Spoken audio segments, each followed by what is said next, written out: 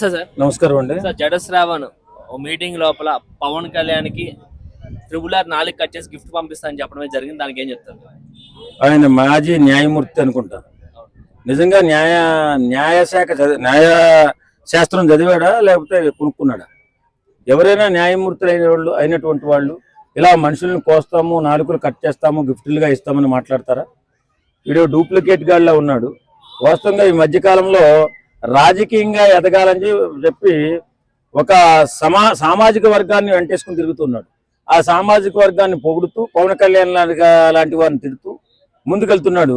అలాంటి వాడిని కూడా మనం మాటల్లో తీసుకుని చెప్పాలంటే ఇలాంటి విధవలను కూడా మనం గుర్తించాల్సిన అవసరం లేదు. ఎందుకంటే న్యాయమూర్తిగా పనిచేసిన వాళ్ళు ఇలా ఉంటారా అని అనిపిస్తుంది. కాబట్టి ఇటు దొంగ న్యాయమూర్తి ఏమో అనిపిస్తుంది. అయితే ఆయన పిఠాపురంలో నీకు 6% ఉంటేనే పవన్ కళ్యాణ్ తాలూకా అని చెప్పి తిరుగుతున్నారు, నాకు 10% ఉన్నారు, ఈసారి నుంచి నాకు జడ శ్రావణ్ తాలూకా అని చెప్పి తిరగాలని చెప్పి ఆయన చెప్తున్నాడు. ఎవరాడు? జడ శ్రావణ్ గారు. నక్కకి నాగలోకానికి పోల్చుకోకూడదు, కుక్కకి సింహానికి పోల్చకూడదు. ఎందుకంటే పవన్ కళ్యాణ్ సింహం అయితే జడ శ్రవణ్ కుమార్ అనేవాడు కుక్క. అలాంటి కుక్కలకి మనం ప్రాధాన్యత ఇవ్వాల్సిన అవసరం లేదు. ఒక వర్గాన్ని సపోర్ట్ చేస్తూ వెళ్లేవాడికి ప్రాధాన్యత ఇవ్వాల్సిన అవసరం లేదు. ఒక నీచమైన సంస్కారం కలిగిన వ్యక్తులకి ప్రాధాన్యం ఇవ్వాల్సిన అవసరం లేదు. ఈ జడ శ్రవణ్ కుమార్ అనేటటువంటి ఈ కుక్క చాలా ఎక్కువగా మురుగుతుంది. న్యాయమూర్తిని అని చెప్పుకుంటున్నాడు, మాజీ న్యాయమూర్తిని. సిగ్గుండాలి ఎదవ బతికేదానికి. బుద్ధి లేని గాడిదలా మారిపోయాడు. న్యాయమూర్తి అనేవాడు ఎలా ఉంటాడు? అందరినీ సమాన దృష్టిలో చూసేవాడు, ఒక దేవుడు లాంటి వృత్తిలో ఉన్నవాడు న్యాయమూర్తి. ఆ న్యాయమూర్తి చేశారన్నాడు. మీరు వీడికి ఎవరిచ్చారో న్యాయమూర్తి నాకైతే తెలియదు. కానీ ఇలాంటి నీచంగా వర్గాల మధ్య కులాల మధ్య చిచ్చు పెడుతూ ఇష్టాన్రీతిగా మాట్లాడుతూ రెచ్చగొడుతూ 2029లో వచ్చి ఏదో పీకేస్తానని ఏం పీకుతారో బాబు నువ్వు. ఇప్పుడు ఇంకా 3 సంవత్సరాలు ఇప్పుడు పీకేస్తే ఏమవుతావు నువ్వు? నీ బతుకేమవుతుంది? ఎదవ బతకడం, ఎదవ మాటలు మాట్లాడడం కాదు. సమాజం పట్ల బాధ్యతతో సమాజంలో యువత ఏ రకంగా ఈ ఉద్యోగాల్లోకి ఇబ్బంది పడుతున్నారు. ఇప్పుడున్నటువంటి కూటమి ప్రభుత్వం 6 గ్యారంటీలు ఇచ్చింది.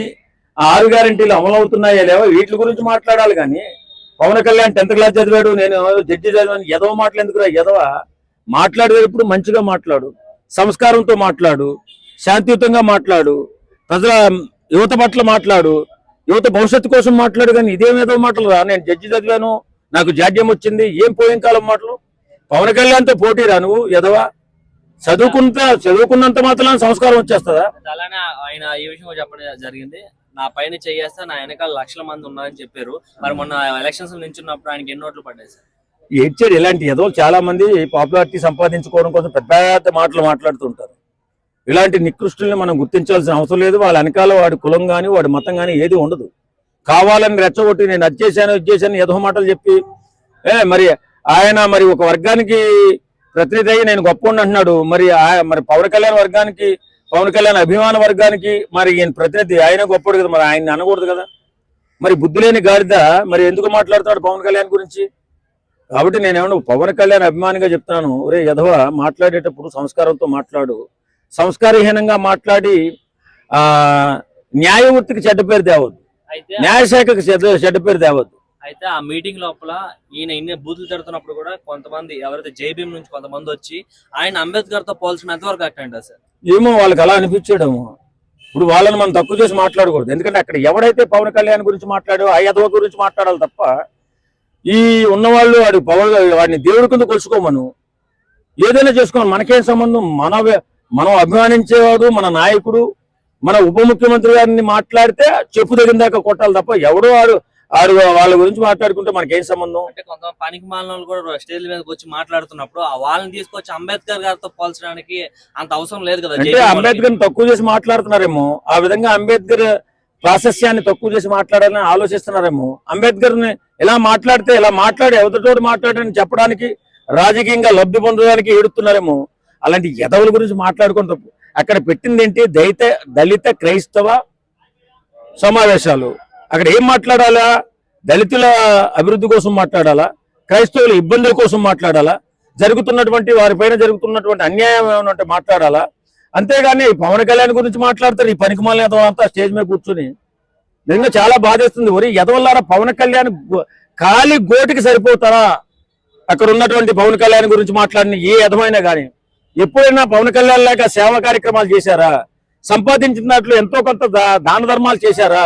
లేదు కదా. అలాంటప్పుడు పవన్ కళ్యాణ్తో ఎందుకు పోల్చుకుంటారు రా ఎదవల్లారా? అయితే ఫైనల్ గా ఒక పాయింట్ సార్ ఏంటంటే ట్రిబుల్ ఆర్ గారికి ఏదైతే 4 కట్ చేస్తామని చెప్పారు కదా, అయితే ట్రిబుల్ ఆర్ గారు వాళ్ళ కౌంటర్స్ తోనే మేము ఇప్పుడేం కంప్లైంట్లు ఇయ్యము, పవన్ కళ్యాణ్ హోమ్ మినిస్టర్ అయినాక అప్పుడు మేము చూసుకుంటాం అని చెప్పేసి ఆయన చెప్పడం జరిగింది. ఆయన ఉద్దేశం అది. ఎందుకంటే ఇప్పుడు కంప్లైంట్ వచ్చినా వేస్ట్ గా కనపడుతుంది. ఆమె దళిత స్త్రీ, ఆమెను గౌరవించకుండా ఇష్టానుసారంగా మాట్లాడుతున్నారు వీళ్ళు, ఈ ఆపోజిట్ రాజకీయ నాయకులు. కాబట్టి ఆమె ఏమీ చేయలేకపోతుంది. తెగించి ఏదైనా చేద్దామంటే ఆమె భయపడుతున్నట్టుగా అనిపిస్తుంది. అదే పవన్ కళ్యాణ్ గారికి వస్తే ఈ మాట్లాడి నా కొడుకుల సంగతి అంతా చూస్తాడు. ఎప్పటికైనా జరుగుతున్నది. ఈవేళ కాదు, ఇంకో సంవత్సరం పోయిన తర్వాత పవన్ కళ్యాణ్ గారికి లాండ్ ఆర్డర్ ఇస్తే అప్పుడు ఇలాంటి కుక్కలన్నీ కూడా మరవడం ఆగిపోతాయేమో అనుకుంటున్నాను. Thank you sir.